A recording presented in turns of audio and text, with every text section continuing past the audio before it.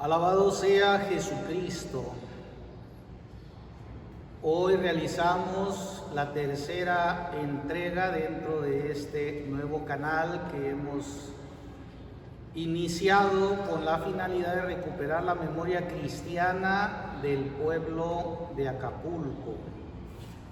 Queremos referirnos a un tema central de la vida religiosa del puerto, la Catedral de Acapulco.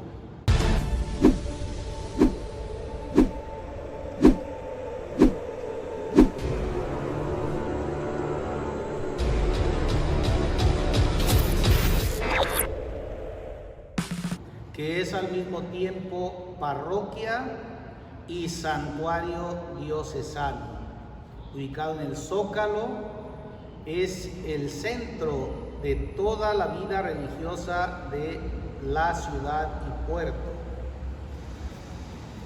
Debemos empezar con una cierta distinción de términos, porque cuando las personas comunes se refieren a la iglesia Catedral de Acapulco, se imaginan inmediatamente en el templo que preside espléndidamente la Plaza Juan N. Álvarez, conocida como el Zócalo de Acapulco.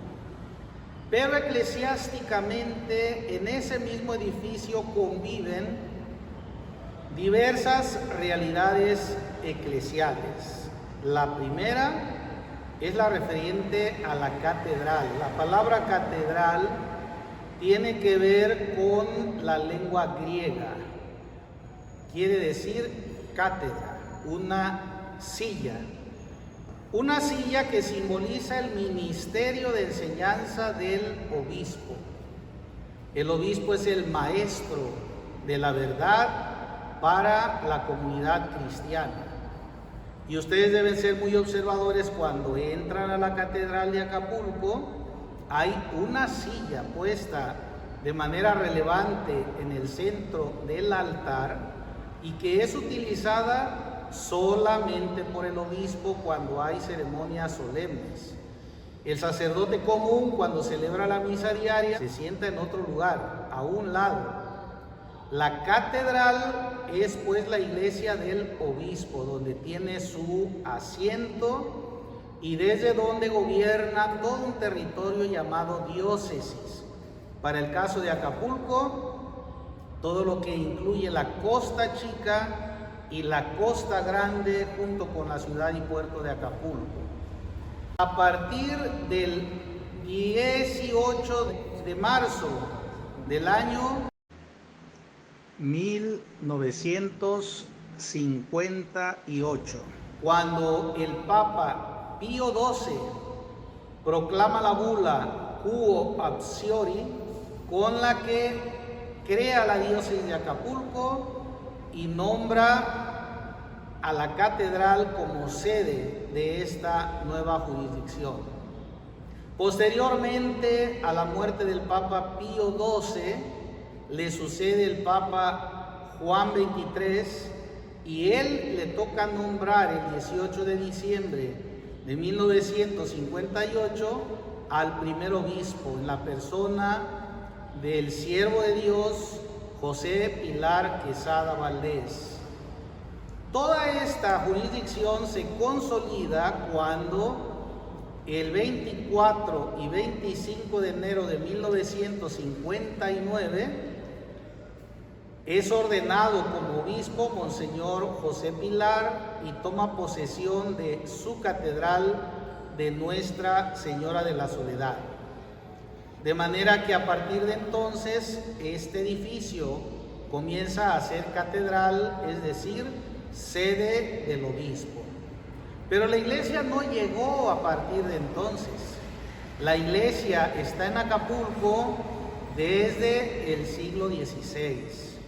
Y desde aquel entonces comienza la vida cristiana en el puerto, cuando el 13 de diciembre de 1521 llegan los primeros exploradores españoles y conforme a la costumbre que tenían como católicos, nombran a la espléndida bahía de este lugar como Bahía de Santa Lucía. A partir de entonces comienza a figurar Acapulco como referente en la época virreinal, hasta que encontramos como primer clérigo avecindado en este barrio desde 1545 al sacerdote Francisco Moreno. Este es el referente documental a partir del cual comienza la historia de la parroquia de Acapulco. Lo sabemos por un informe, una carta relación que el arzobispo de México, don Pedro Moya y Contreras, remite al rey don Felipe II, informando de todos los sacerdotes que estaban bajo su jurisdicción en el arzobispado de México. La lista comienza con el padre Francisco Moreno como cura de Acapulco. Dice el arzobispo que este sacerdote tenía en el lugar 30 años de estar en esta tierra, que era lengua mexicana, es decir, que hablaba náhuatl, que era bachiller por rescripto, que estaba proveído, es decir, tenía nombramiento en esta costa de Acapulco, que era viejo ya para ese entonces y que tenía pocas letras. De manera que la vida espiritual de Acapulco tiene como referente esta fecha, y es importante porque en los últimos tiempos hay en la historia civil de Acapulco quienes quieren proponer una cierta fundación que debe tener en cuenta este dato documental cierto. No son opiniones, sino son producto de un documento que existe en el Archivo General de Indias. En el siglo XVII esta parroquia tendrá varios eventos importantes. El primero tiene que ver con la llegada de los franciscanos descalzos, quienes van a fundar en este lugar un convento llamado Nuestra Señora de Guía, año 1606. En este convento, de este convento va a surgir una vocación que ha llegado a los altares, el beato Bartolomé Díaz Laurel. Allí conoció a los franciscanos, se enamoró de ese estilo de vida, fue enviado a estudiar a Morelia y posteriormente fue enviado a evangelizar hasta el Extremo Oriente, donde va a morir quemado vivo en una hoguera por odio a la fe católica, un 17 de agosto de 1627. También en el siglo XVI conocemos la visita de varios personajes que dan fe de que en 1616 se comienza la fabricación del castillo de San Diego. También vamos a conocer para aquel entonces, 1634, que Acapulco tenía 3 capillas sufragáneas. Una, la de San José, que estaba sobre la calzada que subía hasta el castillo, la de San Nicolás de Tolentino, que se encontraba en el camino hacia la quebrada, y la de Santa Cruz o del Bosque, edificada en lo que algunos identifican como la calle de 5 de Mayo. Un evento relevante en ese siglo va a ser el paso de una imagen de la Virgen de Guadalupe, cuyo testimonio encontramos en el libro del padre Florencia. El excelentísimo señor conde de Alba del Liste, don Luis Enrique de Guzmán, uno de los virreyes que ha tenido México, cuando es cambiado como virrey a la ciudad de Lima, lo primero que hace es trasladar del santuario de Guadalupe una reproducción de la Virgen de Guadalupe, de la que él era muy devoto. Se entiende que el paso de esta imagen por el puerto fue un grande acontecimiento. Para el siglo XVII de la parroquia de Acapulco, vamos a conocer una lista ya más estable de párrocos que van teniendo una continuidad. Para 1675 se da la fe, el 28 de abril de año 75, de la inauguración de la capilla dentro del castillo de San Diego, dedicada a San Payo y Santa Sabina. Desde entonces, aparte de que el puerto de Acapulco tiene un párroco, también se nombra a un capellán que atendía a los ejércitos acantonados en el castillo de San Diego. Un importante visitante de ese siglo, a finales de 1600, va a ser un italiano de renombre, Gemelli Carrieri, quien nos deja una espléndida crónica de cómo era el puerto de Acapulco, sobre todo en el momento de la nao de China. La iglesia de Acapulco va a conocer a otros visitantes, por ejemplo, de lengua inglesa, William Funnell, quien en su obra titulada Un viaje alrededor del mundo nos presenta también una descripción de cómo era el puerto. Otro ilustre visitante va a ser don Antonio Villaseñor, ilustre historiador matemático mexicano, quien como representante del gobierno virreinal también va a dar un informe de cómo era la ciudad y puerto de Acapulco. Para finales del siglo XVIII, 13 de octubre de 1775, los vecinos de Acapulco enviaron un memorial al rey de España solicitando la confirmación del título de ciudad que ya venían utilizando desde antes. Esto se va a conceder para finales del siglo, pero en este punto debemos intervenir también nosotros.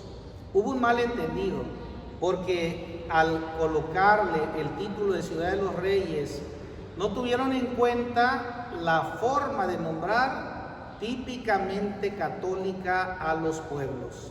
Esta referencia de Acapulco, Ciudad de los Reyes, no tenía nada que ver con los reyes de España, sino más bien con los titulares de la iglesia de Acapulco, que eran los Santos Reyes Magos. Era el nombre que la parroquia de Acapulco tuvo hasta el año de 1838, cuando da lugar al título de Nuestra Señora de la Soledad.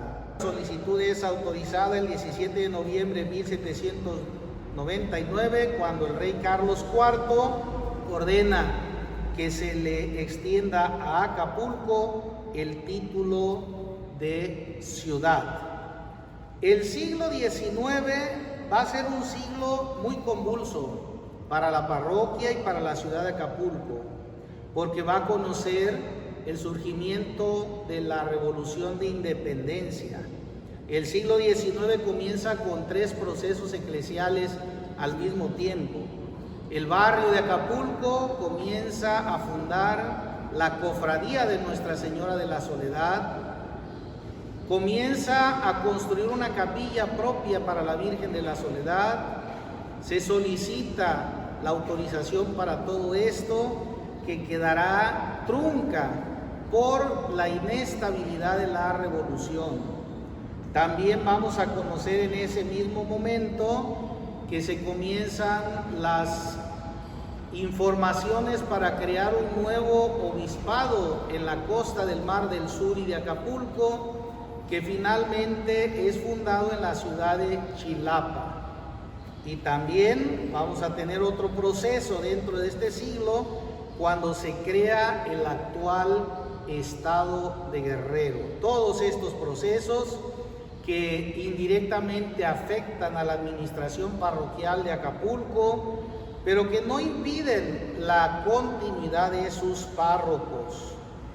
Visitantes ilustres del siglo XIX de Acapulco serán el barón Alejandro de Humboldt, quien el 22 de marzo de 1803 llega a la ciudad y puerto y de quien conocemos una espléndida relación geográfica y política de este punto. Las mejores expresiones en torno a la ciudad y puerto de Acapulco las conocemos de Humboldt.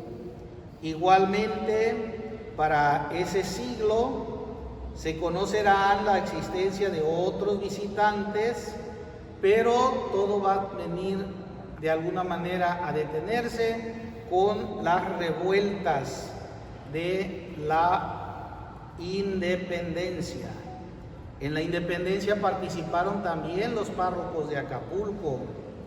Conocemos los nombres, cómo se caracterizó la ciudad y puerto por ser contraria a estos procesos revolucionarios, y por eso don José María Morelos y Pavón ordenará la destrucción de la ciudad, la destrucción del templo parroquial, y con esto se perdieron parte de los archivos de la parroquia, de los archivos históricos. Actualmente solo se conservan en la parroquia de Acapulco los archivos a partir del año 1800.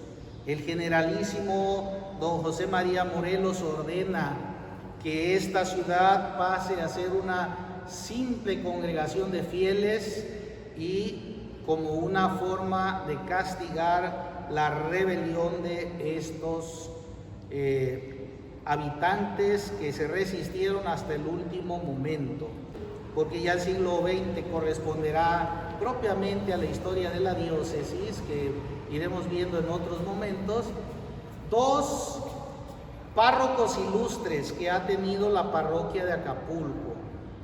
Otro de los párrocos ilustres de esta parroquia de Acapulco será don Leopoldo Díaz Escudero, quien primero fue párroco de San Marcos, después lo trasladaron a Acapulco y de aquí pasará a ser obispo de Chilapa. Su causa de canonización está en curso.